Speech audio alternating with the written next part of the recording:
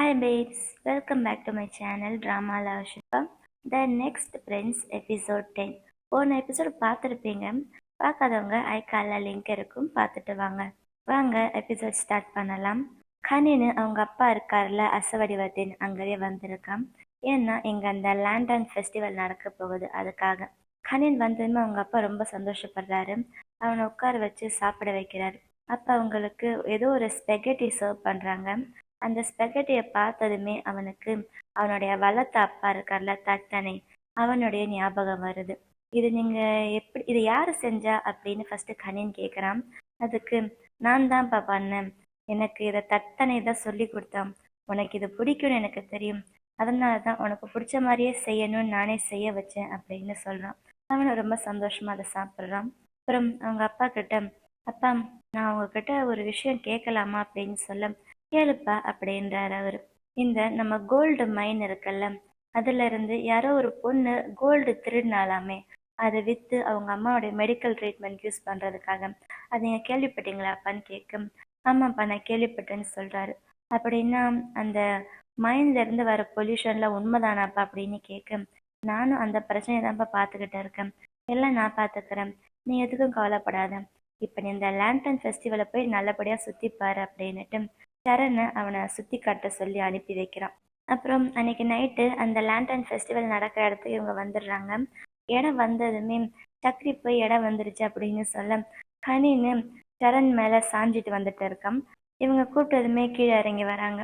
அந்த இடம் ரொம்ப அழகா இருக்குது. கனின்னு அந்த இடத்த ரொம்ப சந்தோஷமா பார்த்துக்கிட்டு இருக்கான். அப்ப எதுக்கு இந்த ஃபெஸ்டிவல் கொண்டாடுறாங்க அப்படின்னு கேட்க சரண் பதில் சொல்றான். இந்த ஊர்ல இருக்க பாதி பேர் அந்த கோல்டு மைன்ல தான் வேலை செஞ்சிருக்காங்க, ரொம்ப வருஷமா இங்கதான் வேலை செய்யறாங்க. நைட்டு டைம் அவங்களுக்கு வெளிச்சம் தெரியாது அப்படின்றதுக்காக அவங்க எல்லாருமே ரொம்ப பயந்துருக்காங்க. ஆனா அப்ப நட்சத்திரத்தோட வெளிச்சம் இருக்குல்ல, ஸ்டாரோடைய லைட், அதுதான் இவங்க எல்லாருக்கும் ஹெல்ப் பண்ணியிருக்கு. ஸோ அதுக்கு ஒரு நன்றி செலுத்துற விதமாகவும் இவங்களுடைய ட்ரெடிஷனை காப்பாத்துறதுக்காகவும் இந்த லேண்டன் ஃபெஸ்டிவல் வச்சிருக்கோம் அப்படின்னு அவன் சொல்ல, பரவாயில்லையே, நான் எந்த கொஷின் கேட்டாலும் நீ பதில் சொல்றியே அப்படின்னு அவன் சரண பெருமையா சொல்ல, ஒரு நாளைக்கு நீ கேட்குற கொஷின் என்கிட்ட பதில் இல்லாமல் இருக்க போகுது, அப்ப பாரு அப்படின்னு சரண் சொல்றான். அது எப்படி, அப்படியெல்லாம் நடக்காது, கண்டிப்பா நான் எப்ப கேள்வி கேட்டால் நீ பதில் சொல்லுவ அப்படின்னு அவன் சந்தோஷமா சொல்லிட்டு, வா நம்மளுக்கு ஒரு லேண்டன் வாங்கலாம் அப்படின்னு அவன் கை காட்ட, சரி வாங்கலாம் அப்படின்னு சரண் சொல்ல, உடனே கனின்னு சரணோட கையை பிடிக்கிறான். சரணுக்கு என்ன பண்றதுன்னு தெரியல, சுத்தி முத்தி பாக்குறான், யாராச்சும் பார்த்து தப்பா நினைப்பாங்கன்னு. ஆனா கனின்லாம் அதுக்கு பயப்படுற மாதிரி இல்லை. சரணோட ரியாக்ஷனை பார்த்துட்டு, சரி விடு அப்புறம் பார்த்துக்கலாம் அப்படின்னு கையை விட்டுடுறான். அப்புறம் அவங்க ஒரு கடையில அந்த லேண்டன் வாங்க வெயிட் பண்ணிட்டு இருக்காங்க. அந்த கடையில இருக்க லேடி இவங்களை பார்த்துட்டு, இது பிரின்ஸ் கனின் தானே அப்படின்னு ரொம்ப சந்தோஷப்படுறான். சக்கரி கனினுக்கு வேண்டிய ஒரு லேண்டன் வாங்க வந்திருக்கான். அவன் அந்த லேண்டன் வாங்கிட்டு இருக்கும்போது அந்த லேடி சொல்றாங்க, வருஷம் வருஷம் இங்க நிறைய டூரிஸ்ட் வருவாங்க, ஆனா இப்ப பாதி பேர் வரவே இல்லை, ஏன்னா இந்த ஏர் குவாலிட்டி ரொம்பவே மோசமா இருக்குல்ல, அதனால டூரிஸ்ட் எல்லாம் இங்க வர பயப்படுறாங்க, அந்த டஸ்டால அவங்களுக்கு ஏதாச்சும் ஆயிடும்னு நினைக்கிறாங்க, இல்லைன்னா இந்த இடம் இன்னும் கூட்டமா இருக்கும் அப்படின்னு சொல்லிட்டு இருக்காங்க. இதெல்லாம் கனினும் சரணும் கேட்டுக்கிட்டு இருக்காங்க. அப்ப வேடிஷ் இருக்கான்ல, அவன் கனினுடைய வளர்த்த அப்பா அதான் தாத்தானே, அவனை இங்க கூட்டிட்டு வந்திருக்கான். தூரத்துல இருந்து தாத்தானை கனினை பாக்குறான். கனினை பார்த்ததுமே அவருக்கு ரொம்பவே சந்தோஷமாயிடுது. என்னதான் வளர்த்த பையனா இருந்தாலும் சின்ன வயசுல அவனோட பையனா வளர்த்துட்டாருல, அவனை பார்த்ததுமே சந்தோஷத்துல மெய் மறந்து பார்த்துக்கிட்டு இருக்காரு. அப்ப கனின்னு பேசிக்கிட்டு இந்த பக்கமா திரும்ப அவன் கரெக்டா தத்தனையே பார்த்துடுறான். அது என்னோட அப்பா அப்படின்னு சொல்ல, இல்ல அங்க யாரும் இல்லை அப்படின்னு சரண் சமாளிக்கிறான். இல்ல கண்டிப்பா அது என்னோட அப்பா தான், நான் போய் பார்த்துட்டு வரேன் அப்படின்னு அவன் சீக்கிரமா பார்க்க போறான். அப்ப வழியில ஒரு பையனை இடிச்சிடுறாங்க. அந்த பையன் கையில நிறைய பேம்ப்ளெட்ஸ் வச்சிருக்கான். அப்ப அங்க போராட்டம் பண்றதுக்கு ஒரு கும்பல் வராங்க. அதான் ஜே இருந்தால, ஜே அவன் கூட நிறைய ஆளுங்க.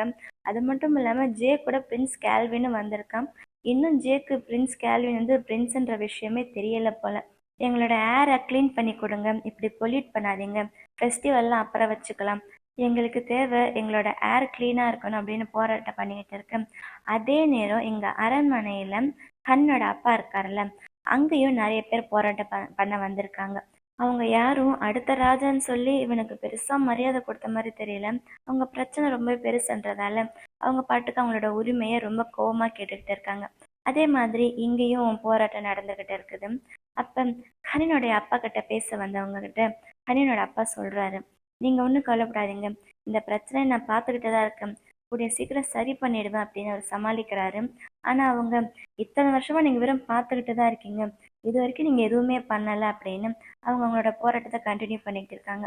அதே மாதிரி இங்கே அந்த ஃபெஸ்டிவல் நடக்குதுல்ல, அங்கேயும் இவங்க போராட்டம் பண்ணிக்கிட்டு இருக்கு. அந்த போராட்டத்துக்கு ஏற்ற மாதிரி ஒரு தீம் சாங் பாடுறான். அதே நேரம் எங்க அரண்மனைக்கு முன்னாடி போராட்டம் பண்ண வந்தவங்க ரொம்பவே ரூடா பிஹேவ் பண்றாங்க. இதுக்கு மேல அங்க இருந்தா ஏதாச்சும் ஆயிடும் அப்படின்னு அவங்க கனினோட அப்பாவை உள்ள கூட்டிட்டு போயிடுறாங்க. அதே மாதிரி இங்க ஃபெஸ்டிவல் நடக்கிற இடத்துல அந்த ஃபெஸ்டிவலை வருஷம் வருஷம் பண்ணுவாங்கல்ல, அவங்க அந்த போராட்டம் பண்றவங்கள எதிர்த்து பேசுறாங்க. ஏன்டா ஃபெஸ்டிவல் கூட ஒழுங்கா பண்ண விட மாட்டீங்களா அப்படின்னு திட்டம். நாங்க ஏர் குவாலிட்டிக்காக தானே சண்டை போடுறோம் அப்படின்னு அவங்களும் இந்த கேங்கோ சண்டை போட்டுக்கிறாங்க. உங்களெல்லாம் உங்க அப்பா அம்மா சரியா வளர்க்கலையா அப்படின்னு அவங்க இந்த போராட்டம் பண்றவங்கள திட்டிக்கிட்டு இருக்க. அப்ப கனின் அங்க வரான், நான் சமாளிச்சுக்கிறேன் அப்படின்னுட்டு. கனினை பார்த்ததுமே கேல்வின் கண்ணை காட்டுறான், எதுவும் சொல்லாதன்னு. அவனும் கேல்வினை பத்தி எதுவும் பேச மாட்டான். பட் போராட்டம் பண்ண வந்தவங்க கிட்ட, எனக்கு புரியுது உங்களோட பிரச்சனை, கூடிய சீக்கிரம் நானும் ட்ரை பண்றேன், அது வரைக்கும் இந்த ஃபெஸ்டிவல் இப்ப நடக்க விடுங்க, என்னால முடிஞ்ச வரைக்கும் இப்போதைக்கு மைண்ட்ல வேலை செய்யறவங்களுக்கு சேஃப்டிக்கு தேவையான எக்யூப்மெண்ட்ஸை நாங்கள் கொடுக்குறோம், ஆனால் இந்த பிரச்சனையை டக்குன்னு உடனே சால்வ் பண்ணிட முடியாது, ஸோ ப்ளீஸ் என்னை நம்புங்க, நான் சரி பண்ணி தரேன் அப்படின்னு சொல்ல. இத்தனை நாள் அவங்கள நம்பி என்ன பிரயோஜனம், நீங்கள் சொன்னதெல்லாம் போய் அப்படின்னு சில பேர் சண்டை போடுறாங்க. இருந்தாலும் கனின் மறுபடியும் மறுபடியும் பேசி அவங்கள சமாதானப்படுத்திட அவங்களும் ஒரு வழியாக சமாதானமாகி அந்த ஃபெஸ்டிவலை நடத்துறதுக்கு விட்டுடுறாங்க. இந்த நியூஸ் எல்லாம் எங்க ராஜா கேட்டுக்கிட்டு இருக்காரு. அப்ப போராட்டம் பண்ண வந்தவங்கள பிரின்ஸ் கனின் பேசி சமாதானப்படுத்தி அனுப்பி வச்சதெல்லாம் நியூஸ்ல சொல்லிக்கிட்டு இருக்காங்க. இங்க கனின் அவனுடைய லைப்ரரியில உட்காந்து படிச்சுக்கிட்டு இருக்கான். காம்படிஷன் வரப்போகுதுல்ல, அப்ப அவங்க அப்பா அங்க வராரு. எப்படிப்பா இருக்கு அப்படின்னு கேட்க, நான் நல்லா இருக்கேன்ப்பா, நீங்கள் ஏன் இவ்வளவு சீக்கிரம் அரண்மனைக்கு திரும்ப வந்துட்டீங்க அப்படின்னு கேட்க, எனக்கு உன்னுடைய சேஃப்டி தானேப்பா முக்கியம் அப்படின்னு அவங்க அப்பா சொல்றாரு. அப்ப கனின் அவங்க அப்பா கிட்ட கேட்குறான், அப்பா உங்களுக்கு இந்த பிரச்சனை எல்லாம் தெரியும்ல, இதை ஏன் நீங்கள் சால்வ் பண்ண ட்ரை பண்ணக்கூடாது, உங்களுக்கு பவர் இருக்குல்ல அப்படின்னு கேட்க, அவங்க அப்பா சொல்கிறாரு, நானும் ஃபஸ்ட் இதை சால்வ் பண்ணணும்னு தான்ப்பா நினச்சேன், ஆனால் நான் நினச்ச அளவுக்கு பவர் என்கிட்ட இல்லை, பவர் எல்லாம் உன்னோட தாத்தா அதாவது கிங்கு கிட்ட தான் இருக்குது, என்னால் முடிஞ்ச அளவுக்கு நானும் ட்ரை பண்ணி பார்த்தேன்ப்பா, ஆனால் என்னுடைய பேச்சு இங்கே எடுபட மாட்டேங்குது, நீ சொன்ன மாதிரி நீ ஆசைப்பட்ட மாதிரி இந்த பிரச்சனையெல்லாம் சால்வ் பண்ணணும்னா நீ இந்த காம்படிஷனில் வின் பண்ணணும், அப்போ உன்னோட பவரை வச்சு நீ ஆசைப்படுற மாதிரி இந்த மக்களுக்கு ஹெல்ப் பண்ணலாம் அப்படின்னு அவங்க அப்பா சொல்கிறாரு. அடுத்த சீனில் கனின்னு அவங்க தாத்தாவை பார்க்க போகிறான். அவங்க தாத்தா, நீ எதுக்கு இதெல்லாம் பண்ண அப்படின்னு அந்த நியூஸில் வந்துச்சுல்ல அதை பார்த்து கேட்குறாரு. அவன் அந்த சுச்சுவேஷன் எவ்வளோ அழகாக ஹேண்டில் பண்ணியிருக்கான், அதெல்லாம் பாராட்டாம அவர் ரொம்ப ரூடாக பேசுகிறாரு. அதுக்கு இவன் சொல்கிறான், நான் நல்லது தானே பண்ணேன் அப்படின்னு கேட்க, உனக்கு இப்போ அதெல்லாம் சம்மந்தம் கிடையாது, உனக்கு இப்போ தேவை காம்படிஷனில் நீ வின் பண்ணணும், அதில் மட்டும் நீ கான்சென்ட்ரேட் பண்ணு அப்படின்னு சொல்ல. அதுக்கு அவன் சொல்கிறான், அதுக்கு தான் தாத்தா நானும் ட்ரை பண்ணிக்கிட்டு இருக்கேன், நான் கண்டிப்பாக இந்த காம்படிஷனில் வின் பண்ணுவேன், ஏன்னா அப்போ எனக்கு பவர் கிடைக்கும்ல, இந்த பிரச்சனையெல்லாம் நான் சால்வ் பண்ணுவேன் அப்படின்னு சொல்ல. தாத்தாக்கு கடுப்பாயிடுது. அவர் சொல்கிறாரு, இந்த பிரச்சனையெல்லாம் நீ நினைக்கிற மாதிரி உடனே பட்டுன்னு சால்வ் பண்ணுறது கிடையாது அப்படின்னு சொல்ல. அது எனக்கு தெரியும் தாத்தா, ஆனால் அதுக்குன்னு சும்மாவே இருந்தால் பிரச்சனை அதுவாக சரியாயிடுமா, அந்த பிரச்சனையை சால்வ் பண்ணுறதுக்கு தைரியம் வேணும், அது என்கிட்ட இருக்கு அப்படின்னு தாத்தாவை கிண்டல் பண்ணுற மாதிரி சொல்லிட்டு போகிறான். தாத்தாக்கு செம கடுப்பாயிடுது. அவர் திட்ட போறாரு, அதுக்குள்ள இவன் நான் கிளம்புறேன் அப்படின்ட்டு அசால்ட்டா வந்துடுறான். வேடிஷோடைய பாதுகாப்புல எங்க தாத்தானே தங்கியிருக்கான். அப்ப வேடிஷ் கேட்குறான், உண்மையாலுமே பிரின்ஸ் கனின் உன்னை பார்த்துட்டானே அப்படின்னு கேட்க, ஆமா பார்த்துட்டாங்க அப்படின்னு இவன் சொல்றான். சரி இப்போ என்ன பிளான் அப்படின்னு கேட்க, கொஞ்ச நாளைக்கு தலைமறைவா இருக்கணும், அதான் இப்போ முக்கியம் அப்படின்னு சொல்றாங்க. ஏன்னா அவனுடைய காம்படிஷன்ல ஃபோக்கஸ் பண்ணணும், இந்த டைப் நான் போய் அவனுக்கு எந்த ஒரு டிஸ்ட்ராக்ஷனாகவும் இருக்கக்கூடாது அப்படின்னு தானே சொல்ல. அதுக்கு வேடி சொல்றான், பரவாயில்ல, உங்களுடைய அதாவது உங்க வயசுல இருக்கவங்க எல்லாம் ரொம்பவே தியாகிங்களா இருக்கீங்க, ஆனா என்னாலெல்லாம் கண்டிப்பா உங்களை மாதிரி இருக்க முடியாது, இவ்வளவு நேரம் நான் உங்க இடத்துல இருந்திருந்தா எல்லாரையும் காமிச்சு கொடுத்துருப்பேன் அப்படின்னு சொல்றான். அதுக்கு தானே சொல்றாரு, இது அப்படி கிடையாது, ராஜாக்கு என்ன சுச்சுவேஷனோ அவர் சொன்னதை நானும் இப்போ மெயின்டைன் பண்ணிக்கிட்டு இருக்கேன் அப்படின்னு சொல்ல. அது எப்படி இவ்வளோ பெரிய பிரச்சனை நீங்கள் இவ்வளோ ஈஸியாக ஹேண்டில் பண்ணுறீங்க அப்படின்னு கேட்க, என்னப்பா பண்ணுறது, இப்போ நீ கடலில் மீன் பிடிக்க போயிருக்கேன்னு வச்சுக்கோ, அப்போ உன்னால் முடிஞ்ச அளவுக்கு நீ அந்த மீனை பிடிக்க ட்ரை பண்ணுற, ஆனால் அந்த மீன் உங்ககிட்ட சிக்க மாட்டேங்குது, அதை விட்டால் உன்னையே தண்ணிக்குள்ளே இழுத்துட்டு போயிடும் போல இருக்குது, அப்போ நீ என்ன பண்ணுவ அப்படின்னு கேட்குறாரு. அதுக்கு அவன் சொல்கிறான், நான் அவ்வளோ சீக்கிரம் விட்டுற மாட்டேன், நான் போராடுவேன் அப்படின்னு வேடி சொல்ல. அதுவே அந்த தண்ணிக்குள்ள அந்த மீனை விட ஒரு பெரிய மீன் இருந்து அங்க இருக்கிற எல்லா சின்ன மீனையும் அதுவே சாப்பிட்டுக்கிட்டு இருக்கு. அப்ப நீ என்ன பண்ணுவ அப்படின்னு கேட்க, வேடிஷ் சொல்றான், கடல்ல இருக்க மற்ற சின்ன மீன் எல்லாம் சேர்ந்து போராடினா அந்த பெரிய மீனால எதுவும் பண்ண முடியாதுன்னு சொல்றான். இது சிம்பாலிக்கா ராஜா எதிர்த்து போராடணும் அப்படின்னு சொல்ற மாதிரி இருக்கு.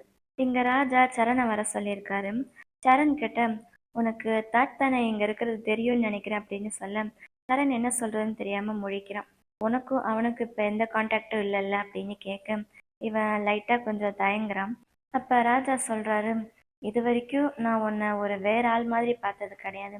உன்னையும் என்னுடைய பேர பையன் மாதிரி தான் பார்த்துக்கிட்டு இருந்தேன். நான் இது வரைக்கும் உனக்கு கட்டளை எல்லாம் கொடுத்தது கிடையாது.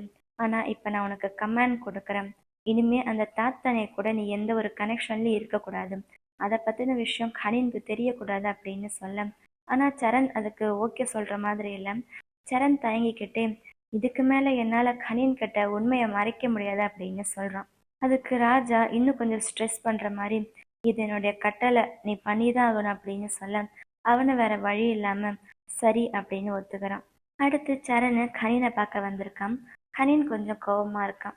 அவங்க ரெண்டு பேரும் தனியா பேசிட்டோம் அப்படின்னு சக்கரி அங்கிருந்து போயிடுறான். அப்ப கனினுக்கு எல்லா விஷயமும் தெரிஞ்சு போச்சு போல. அதாவது சரண் அவங்க அப்பாவை தேடி கண்டுபிடிச்ச விஷயம். அப்ப கனின்னு கோவமா கேக்குறான், அப்படின்னா எங்க அப்பா உயிரோட இருக்க விஷயம் எனக்கு ஆல்ரெடி தெரியும் அதானே, ஏன் என்கிட்ட சொல்லல? அதுக்கும் காரணம் என் தாத்தாவா, அவர் தான் சொல்லக்கூடாதுன்னு சொன்னாரு அப்படின்னு கேட்க இவன் தயங்குறான். அதுலயே கனின் ஈஸியா புரிஞ்சுக்கிறான். சரி, நீ என் அப்பாவை பத்தி எதுவுமே சொல்ல வேணாம், ஆனா அட்லீஸ்ட் அவர் சேஃபா தானே இருக்காரு, அவருக்கு எந்த பிரச்சனையும் இல்லைல்ல அப்படின்னு கேட்க, நீ ஒன்றும் கவலைப்படாத, அவரு வேடிஷோடைய கேர்ல தான் இருக்காரு அப்படின்னு சொல்றான். அப்புறம் சரண் பின்னாடி இருந்து வந்து கனினை ஹக் பண்ணிக்கிறான். அப்ப கனின் அவனுக்கு தேங்க்யூ சொல்ல, நான் உன்னை நம்புற சரண் அப்படின்னு அவன் கிட்ட சொல்றான். இங்க காம்படிஷன் எப்படி நடக்கணும் அப்படின்னு எல்லாரும் டிஸ்கஸ் பண்ணிக்கிட்டு இருக்காங்க. இந்த காம்படிஷனை 3 ரவுண்டா நடத்த போறாங்களாமா. ஃபர்ஸ்ட் ரவுண்ட் வந்து டெஸ்ட் அப்படின்றாங்க, அதாவது கொஷின் ஆன்சர் அந்த மாதிரி இருக்கும் போல. அவங்களுடைய அந்த ஹிஸ்ட்ரி அதை பத்தின கொஷின்ஸ் இருக்கும் போல. செகண்ட் ரவுண்ட் வந்து ஆர்ச்சரி காம்படிஷன். அப்ப பிரின்ஸ் வசின் எந்திரிச்சு சொல்றான், இந்த காம்படிஷன் நம்ம எப்பயுமே ட்ரெடிஷ்னலா பண்ணுவோம்ல, அந்த மாதிரி காட்டுக்குள்ள வச்சு பண்ணலாம் அப்படின்னு அவரோட இடத்துல காம்படிஷன் பண்ணலாம் அப்படின்னு சொல்ல, அதுக்கு மற்ற 2 பிரின்ஸுங்களும் ஒத்துக்கிறாங்க. பிரின்ஸ் ஜனா அதை ஒத்துக்க, அதே மாதிரி ரமிலோடைய அப்பாவும், வசீனுக்கு தான் யாரும் பசங்க இல்லைல்ல, ஸோ காம்படிஷனுக்கும் அவருக்கு சம்மந்தம் கிடையாது, ஸோ அவரோட இடத்துலயே காம்படிஷன் வச்சுக்கலாம் அப்படின்னு எல்லாரும் ஒத்துக்கிறாங்க. அப்புறம் தேர்டு காம்படிஷன் தான் கடைசியா ஃபென்சிங் வைக்க போறதா சொல்றாங்க.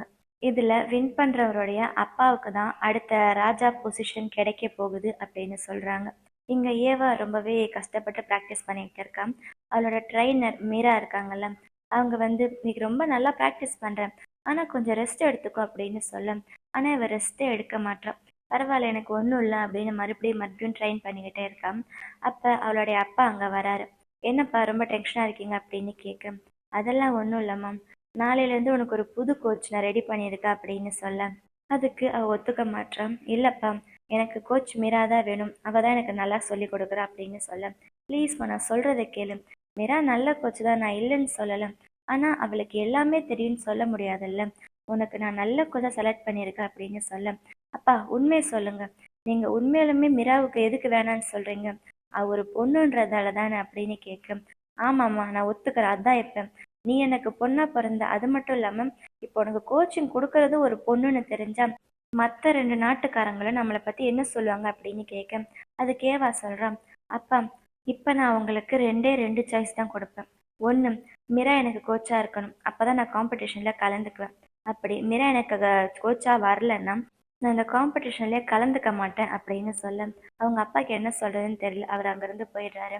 அப்புறம் அடுத்த சீன்ல வசீன் கிட்ட நடந்த விஷயத்தெல்லாம் சொல்லி அவர் ஃபீல் பண்ணிக்கிட்டு இருக்காரு. அப்ப வசீன் சொல்றான், ஏன் மீரா நல்ல கோச் தானே அப்படின்னு சொல்ல, என்ன பண்றது, எனக்கும் பொண்ணு, அந்த என் பொண்ணை ட்ரைன் பண்றது ஒரு பொண்ணுன்னு தெரிஞ்சா பாக்குறவங்க எல்லாம் என்ன நினைப்பாங்க அப்படின்னு சொல்ல, இதெல்லாம் ஒரு பிரச்சனைன்னு சொல்லி கவலைப்பட்டுட்டு இருக்கேன், ஏன் ஒரு பொண்ணால இன்னொரு பொண்ணு கோச் பண்ண முடியாதா, கோச்சிங்ல ஜெண்டர்லாம் எதுவும் கிடையாது, அவங்க திறமையா இருக்காங்களா அதான் முக்கியம் அப்படின்னு வசீன் சொல்றாரு. அப்புறம் அடுத்து இங்க ஏவா ஆர்ச்சரி ப்ராக்டிஸ் பண்றதுக்கு வெயிட் பண்ணிட்டு இருக்கான். அப்ப மீரா அங்க வரா. வந்துட்டு, உங்க அப்பா சொன்னது கரெக்டு, நீ வேற ஒரு கோச் செலக்ட் பண்ணிக்கோ அப்படின்னு சொல்ல, ஏன் இப்படி சொல்ற, இல்ல எனக்கு நீ தான் வேணும், நீ தான் என்னுடைய கோச், எங்க அப்பா மிரட்டினாரா அப்படின்னு கேட்க, அதெல்லாம் ஒன்றும் இல்லை, ஆனால் உங்கள் அப்பா சந்தோஷமாக இருக்கணும்னா நான் இங்கேருந்து போகணும் அப்படின்னு சொல்ல, அதெல்லாம் எனக்கு தெரியாது, நீ தான் என்னோட கோச் வா அப்படின்னுட்டு அவள் ப்ராக்டிஸ் பண்ண போகிறான். இங்கே ஹனின்னு ரொம்ப கடுப்பாக உட்காந்து படிச்சுக்கிட்டு இருக்கான். ஏன்னா ஃபஸ்ட்டு டெஸ்ட்டே அவங்களுக்கு இந்த கொஷின் ஆன்சர் தானே. படித்து படித்து அவனுக்கு தூக்கமே வந்துடுது. அவன் தூங்கலான்னு ட்ரை பண்ண, சக்கரி வந்து அவனை தூங்க விட மாட்டான். ப்ளீஸ் எந்திரிச்சு உட்காருங்க படிங்க அப்படின்னு சொல்ல, ஏன் சக்கரி நீ இந்த அளவுக்கு ஸ்ட்ரிக்டாக இருக்க அப்படின்னு கனின்னு கேட்குறான். அப்போ அவனோட ஷெட்யூல் எடுத்து காமிச்சு, இன்னும் 2 வாரத்தில் காம்படிஷன் வரப்போகுது, நீங்கள் இப்படி அசால்ட்டாக இருக்கக்கூடாது, வேணா ஒன்று பண்ணவா, நான் வேணா உங்களுக்காக சரணை போய் கூட்டிகிட்டு வரவா அப்படின்னு கேட்க, இவன் சரி ஓகேன்னு சொல்கிறான். ஆனால் நான் சரணை கூட்டிகிட்டு வரணும்னா அட்லீஸ்ட் நீங்கள் ஒரு 2 பேஜாச்சும் படிங்க அப்படின்னு சொல்ல, இவன் செம்மையாக கடுப்பாயிடுறான். இப்போ நீ போறியா இல்லையா அப்படின்னு மிரட்ட, வேற வழி இல்லாமல் சக்கரி போகிறான் அவனை கூட்டிகிட்டு வர்றதுக்கு. அப்புறம் இந்த லைப்ரரியில் இருக்க புக்ஸ் எல்லாம் கனின்னு பார்த்துக்கிட்டே இருக்கேன். அதில் ஒரு புக்கு மட்டும் இவன் கண்ணுக்கு தனியாக தெரியுது. அதில் த 4 Nights ஆஃப் எம்எல்இ அப்படின்னு எழுதியிருக்குது. இங்கே ரமிலும் ரொம்ப நல்லாவே ப்ராக்டிஸ் பண்ணிக்கிட்டு இருக்கான். பேட்டை அதை நின்று பார்த்துக்கிட்டு இருக்கான். பேட்டை பக்கத்துலேயே அவனுடைய அப்பா நின்றுக்கிட்டு இருக்காரு. அப்போ ரமிலுடைய அப்பா சொல்கிறாரு பேட்டாய் கிட்ட, பரவாயில்ல, ரமில் கொஞ்ச நாளாக நல்லா ப்ராக்டிஸ் பண்ணுறான்ல, அவன் இப்படி நல்லபடியாக ப்ராக்டிஸ் பண்ணுற வரைக்கும் உனக்கு எதுவும் தப்பு நடக்காது. ஸோ இதுக்கெல்லாம் நீ தான் பொறுப்புன்னு தெரிஞ்சுட்டு நீ நல்லபடியாக நடந்துக்குவேன்னு நினைக்கிறேன் அப்படின்னு சொல்கிறாரு. ரமிலோடைய அப்பா பேச பேச பேட்டாய்க்கு அப்படியே உள்ளுக்குள்ள ஒரு மாதிரி ஆகுது. அவன் அப்படியே பயத்தில் நின்றுக்கிட்டு இருக்கான் அந்த இடத்துல. இங்கே கனின்னு ஆர்ச்சரி ப்ராக்டிஸ் பண்ணிக்கிட்டு இருக்கான். அவனுக்கு சரியாகவே பண்ண முடியல போல. அப்போ ஒரு மாதிரி அவன் சோகமாயிடுறான். காம்படிஷன் பக்கத்தில் வந்துருச்சு, நீ நல்லா கான்சென்ட்ரேட் பண்ணணும் அப்படின்னு சொல்ல, என்ன பண்ணுறது எனக்கு டயர்டாக இருக்கு அப்படின்ட்டு அவன் பக்கத்து வந்து சரண் மேலே சாஞ்சுக்கிறான். எனக்கு எவ்வளோ டயர்டாக இருக்கு தெரியுமா, அப்படியே உன் தோளில் சாஞ்சு தூங்கலாம் போல இருக்கு அப்படின்னு சொல்ல, அவனை மெதுவாக அவன் தலையை தடவி விடுறான். எனக்கு தெரியும் நீ எவ்வளோ டயர்டாக இருப்பேன்னு, ஆனால் இது சாதா காம்படிஷன் கிடையாது, இதுக்காக நீ கண்டிப்பாக இதை இழந்து தான் ஆகணும் அப்படின்னுட்டு அடுத்த அம்பு எடுத்து அவன் கையில் கொடுக்குறான். ஆனால் கனின்னு எனக்கு ஒரு கிஸ்ஸு கொடு அப்படின்ற மாதிரி பக்கத்தில் வரான். சரண் சொல்கிறான், நான் சொன்னல இதுக்காகவும் நீ வெயிட் பண்ணணும் அப்படின்றான். ஏவாவும் இங்கே ரொம்ப நல்லா ப்ராக்டிஸ் பண்ணிக்கிட்டு இருக்கான். அப்போ திடீர்னு அவள் கையில் சுளுக்கடித்த மாதிரி ஆயிடுது. அப்போ மீரா பக்கத்தில் வந்து, நான் தான் சொல்கிறேன்ல நீங்கள் நல்லா ப்ராக்டிஸ் பண்ணுறேன், ஆனால் கொஞ்சமாச்சும் ரெஸ்ட் எடுக்கணும், ரெஸ்ட் எடுக்காமலே இருந்தால் என்ன ஆகும் உடம்புக்கு அப்படின்னு சொல்ல, கொஞ்சம் ஏவாவும் ரெஸ்ட் எடுத்துக்கிறான். அன்னைக்கு நைட்டு ஏவாவும் மீரா ஒன்றா உட்காந்துருக்காங்க. அப்போ ஏவா நல்லா ட்ரிங்க் பண்ணிக்கிட்டு இருக்கான். நீங்கள் இந்த அளவு ட்ரிங்க் பண்ணுறது உங்களுக்கு நல்லதில்லை அப்படின்னு சொல்ல, நீ தானே சொன்ன என்னை ரெஸ்ட் எடுக்க சொல்லி, அதான் நான் ரெஸ்ட் எடுத்துக்கிட்டு இருக்கேன் அப்படின்னு அவன் இன்னும் கொஞ்சம் குடிக்க ட்ரை பண்ணுறான். ஆனால் மிரா விடாமல் அதை பிடிச்சிக்கிறான். அப்போ ஏவா ரொம்பவே சோகமாக இருக்கான். அவன் மனசுக்குள்ளே இருக்க அந்த கவலையெல்லாம் வெளியில் சொல்லிக்கிட்டே இருக்கான். நான் ஏன் பொண்ணாக பிறந்துன்னு எனக்கே ரொம்ப கடுப்பாக இருக்குது அப்படின்னு சொல்ல, எதுக்கு அப்படி சொல்கிறீங்க, நீங்கள் ஒரு பொண்ணாக பிறந்துட்டீங்கன்னு நீங்கள் ஃபீல் பண்ணுறீங்க, ஆனால் உங்களை மாதிரி யாராச்சும் திறமைசாலி இருக்க முடியுமா அப்படின்னு மீரா அவளோட கையை பிடிச்சி சமாதானப்படுத்திக்கிட்டே இருக்கா.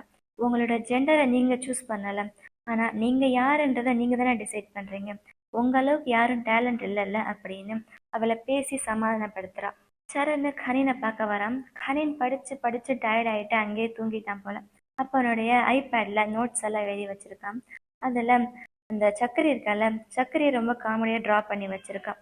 அதை பார்த்த கனின்னு, பரவாயில்ல, வர வர உனக்கு ரொம்ப திறமை அதிகமாயிட்டே போகுது அப்படின்னு கனின் மேலே அவனோட ஜாக்கெட்டை போட்டு விடுறான். அதாவது கனினுக்கு குளிருமாமா அதுக்காக. அப்புறம் டேபிள் மேலே இருக்க அந்த புக்ஸ் எல்லாம் பார்த்துக்கிட்டு இருக்கேன். அங்கே அந்த 4 Nights ஆஃப் எம்எல்இ அப்படின்ற ஒரு புக்கு வச்சுருக்கோம். அதை மெதுவாக அங்கேருந்து எடுக்க கனின் தூக்கத்துலேருந்து எழுந்திரிச்சிடுறான். சரணை பார்க்குறான். அப்போ கனின் சொல்கிறான், இந்த புக்கு நான் பாரிஸில் இருக்கும்போது எங்கள் வீட்டில் இருக்கும், எங்கள் ஷெல்ஃபில் நான் எப்பயுமே இந்த புக்கை பார்த்துருக்கேன், அதான் இந்த புக்கை நான் இங்கே எடுத்தேன் அப்படின்னு சொல்கிறான். அந்த புக்கில் இவங்களோட ஹிஸ்ட்ரி எல்லாம் இருக்கும் போல்.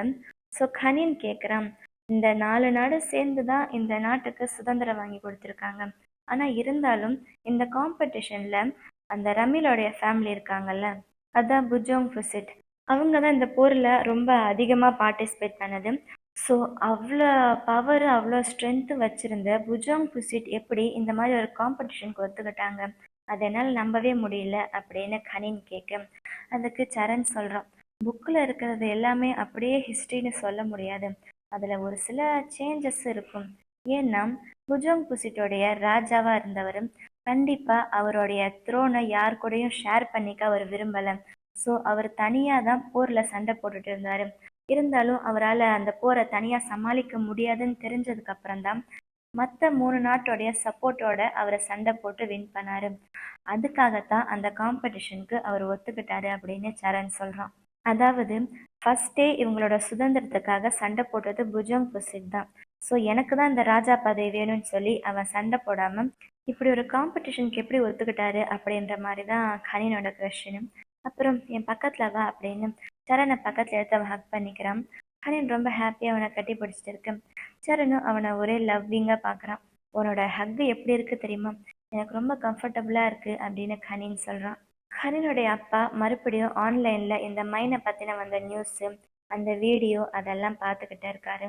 அவனோட பையன் எப்படி ரொம்ப புத்திசாலியா பேசி அந்த பிரச்சனையை சால்வ் பண்ணி வச்சான் அதையெல்லாம் பாக்குறாரு. கூடவே நிறைய பேர் இதை பத்தி நிறைய போஸ்ட் போட்டிருக்காங்க, அதெல்லாம் படிச்சுக்கிட்டே இருக்காரு. அடுத்த சீன்ல சரண் யார்கிட்டயோ ஃபோன் பேசிக்கிட்டு இருக்கான். அந்த ஃபோன் யார்கிட்ட பேசுறான்னு தெரியல. ஆனா அவர் என்ன சொல்றாருன்னா, அப்ப நீ ஒரு சின்ன பையனா இருந்த, உனக்கு ஞாபகம் இருக்காது, ஆனா எனக்கு எல்லாம் நல்லா ஞாபகம் இருக்கு. ஆனா நீ ஒன்றும் கவலைப்படாத, நடந்த அந்த விஷயத்துக்கும் அவருக்கும் எந்த சம்மந்தமும் இல்லை அப்படின்னு யாரை பத்தியோ பேசிக்கிட்டு இருக்காங்க. அந்த யாரோ அப்படின்றவரு சரணுடைய பாஸ்ட்ல ஏதோ ஒரு விஷயத்துல ரிலேட் ஆயிருக்காருன்னு தெரியுது. நீங்க என்கிட்ட உண்மையை சொன்னதுக்கு ரொம்ப தேங்க்ஸ் அப்படின்னு சொல்ல, சரி அப்புறமா பேசலாம் அப்படின்ட்டு போனை வச்சிடறான். அப்ப அவனுக்கு வெளியில யாரோ இருக்கிற மாதிரி தெரியுது. அது கனினா தான் இருப்ப அப்படின்னு கரெக்டா கண்டுபிடிச்சிட்டு கனின் அப்படின்னு கூப்பிட அவன் உள்ள வரான். இவ்வளோ லேட் ஆயிடுச்சு, நீ எப்படி இங்க வந்த அப்படின்னு அவன் கேட்க, அங்க ஒரு குதிரையோட பெயிண்டிங் இருக்குது, இது உன்னுடைய குதிரை டெரன் அதுதானே அப்படின்னு கேட்க அவன் ஆமான்னு சொல்றான். ஆனா லேட் ஆச்சு, எதுக்கு நீங்க வந்த அப்படின்னு அவன் கேட்க, எனக்கு தூக்கமே வரல, அதான் உன்னை கொஞ்சம் பார்த்துட்டு போலான்னு வந்த அப்படின்னுட்டு, என்ன நீ ஒரு பெயிண்டிங் பண்ணுவியா அப்படின்னு கேட்குறான். இப்போ ரொம்ப லேட் ஆச்சு, நீ போய் தூங்கு அப்படின்னு சரண் சொல்ல அவன் பேச்சை கேட்குற மாதிரி இல்லை. அப்போ ஒரு பெண்ணு கீழே விழுந்துடுது. அந்த பெண்ணை எடுக்கிறதுக்காக அவன் வேணும்னே கனின் பக்கத்துல வந்து அவனை செடியூஸ் பண்றதுக்கு ட்ரை பண்றான். அப்ப கனின் சொல்றான், உங்ககிட்ட யாராச்சும் சொல்லியிருக்காங்களா, நீ இந்த மாதிரி யூனிஃபார்ம் எல்லாம் போடாம ரொம்ப ரிலாக்ஸா இருக்கும்போது பார்க்கறதுக்கு ரொம்பவே அழகா இருக்கு அப்படின்னு சொல்றான். அப்புறம் ஒரு வழியா சரணை ஒத்துக்கிறான். கனினை கூட்டிட்டு போய் அங்க இருக்கிற சோஃபால உட்கார வைக்கிறான். இந்த சோஃபா, இந்த பெயிண்டிங் சீன் இதெல்லாம் பார்த்ததுமே டைட்டானிக் ஞாபகம் வருது இல்ல. அதில் ரோஸ் கேட்பால, I want you to draw me like one of your French girls wearing only this அப்படின்னு சொல்லுவாள். அதே மாதிரி இருக்கு இந்த சீன் பார்க்கறதுக்கு. அவனை உட்கார வச்சுட்டு போய் பெயிண்டிங் பண்ணுறதுக்கு உட்காடுறான். அதுக்குள்ளே அவன் அந்த போஸவே மாற்றிட்டு அப்படியே ஒரு செக்ஸியாக ஒரு போஸ் கொடுத்துட்டு உட்காந்துருக்கான் கனி. சரண் அவனை பார்த்து பார்த்து அவுட்லைன் பண்ண ஸ்டார்ட் பண்ணுறான். நான் எப்படி ஒன்று ட்ரா பண்ணுறது அப்படின்னு கேட்க, நான் என்னை லவ் பண்ணுறவங்கள ரொம்ப லவ்வோட பார்க்குற மாதிரி ட்ரா பண்ணேன் அப்படின்னு சரண் கிட்ட சொல்கிறான். அப்புறம் திடீர்னு என்னாச்சுன்னு தெரியல, கனின் எந்திரிச்சு சரண் பக்கத்துல வந்து அவ என்ன ட்ரா பண்ணியிருக்கா அப்படின்னு பார்க்க வரான். அப்ப சரண் கிட்ட, உனக்கு என்ன பிடிக்குமா அப்படின்னு கேட்க, எனக்கு உன்னை எந்த அளவுக்கு பிடிச்சிருக்கு, அந்த அளவுக்கு உனக்கு என்ன பிடிக்குமா அப்படின்னு கேட்குறான். இது எல்லாமே அவன் சரணை செடியூஸ் பண்ற மாதிரி லைட்டா அவனை டச் பண்ணிக்கிட்டே ஒரு மாதிரி ரொமான்டிக்கா செக்ஸியா கேட்குறான். அப்புறம் அந்த பெயிண்டிங் பண்ற போர்டை பார்த்துட்டு, என்ன நீ என்ன பெயிண்ட் பண்ண ஸ்டார்ட் பண்ணல போலையா அப்படின்னுட்டு அங்கேருந்து ஒரு வெட் ப்ரஷ் எடுக்கிறான். அந்த ப்ரஷ்ஷை சரணோட கையில் வச்சு பிடிக்க வச்சுட்டு அந்த கையை இவன் பிடிச்சி இவனோட பாடியில் கொஞ்சம் கொஞ்சமாக அதை அப்படியே லைட்டாக தடவிக்கிட்டு இருக்கான். சரணு என்னடா நடக்குது அப்படின்ற மாதிரி தான் பார்த்துக்கிட்டு இருக்கான். அந்த ப்ரஷ்ஷு கொஞ்சம் கொஞ்சமாக சைடில் போகுது, கீழே போகுது. அப்புறம் என்ன, கனின்னு அவன் போட்டு வந்து அந்த ரோப்பை கழட்டிடுறான். அப்புறம் சரண் பக்கத்தில் போய் அவனை லிப்பில் கிஸ் பண்ணிட்டு, இவன் எப்படி ப்ரஷ்ஷை வச்சு இவனோட உடம்புல பண்ணான், அதே மாதிரி இப்போ அந்த ப்ரஷ்ஷை வச்சு அவன் சரணுடைய உடம்புலையும் கோலமெல்லாம் போட்டு அவனோட ரோப்பையும் கழட்ட வச்சிடுறான். அப்படியே 2 பேர் ரொம்ப ரொமான்டிக்காக அப்படியே கிஸ் பண்ணிக்கிட்டே இருக்க மிரரில் அவங்க 2 பேரோட ஃபேஸ் தெரியுது. ஒரு நிமிஷம் கனின்னு ஸ்டாப் பண்ணிடுறான். என்னாச்சு, உனக்கு நர்வஸாக இருக்கா அப்படின்னு சரண் கேட்க அவன் ஆமான்னு சொல்கிறான். அப்புறம் அவன் போட்டிருந்தால அந்த ரோப்பை எடுத்து மறுபடியும் மாட்டிக்கிட்டு கீழே போய் தரையில் படுத்துட்டு இங்கே வா அப்படின்ற மாதிரி சரணை பார்த்து லுக்கு விட சரண் அவன் பக்கத்தில் போகிறான். அதுக்கப்புறம் என்ன நடந்திருக்கும் அப்படின்ற விஷயம் உங்களுக்கே தெரியும். நான் ஒன்றும் புதுசாக உங்களுக்கு சொல்லி எக்ஸ்பிளைன் பண்ணணும்னு எதுவும் இல்லை. ஆனால் எது நடந்திருந்தாலும் ரொம்ப நல்லா அழகாகவே நடந்துச்சு. அப்புறம் எல்லாம் முடிஞ்சு அவங்க 2 பேரும் அதே சோஃபால ஒன்றா கட்டி பிடிச்சிட்டு தூங்கிட்டு இருக்காங்க. இதோட இந்த எபிசோடு முடியுது. இந்த வீடியோ உங்கள் எல்லாருக்கும் ரொம்ப பிடிச்சிருக்கும்னு நினைக்கிறேன். அப்படி பிடிச்சிருந்தா லைக் பண்ணுங்க. அடுத்து என்ன நடக்க போகுதுன்னு தெரிஞ்சுக்க மறக்காம நம்ம சேனலை சப்ஸ்கிரைப் பண்ணுங்க. Love you babes. பை.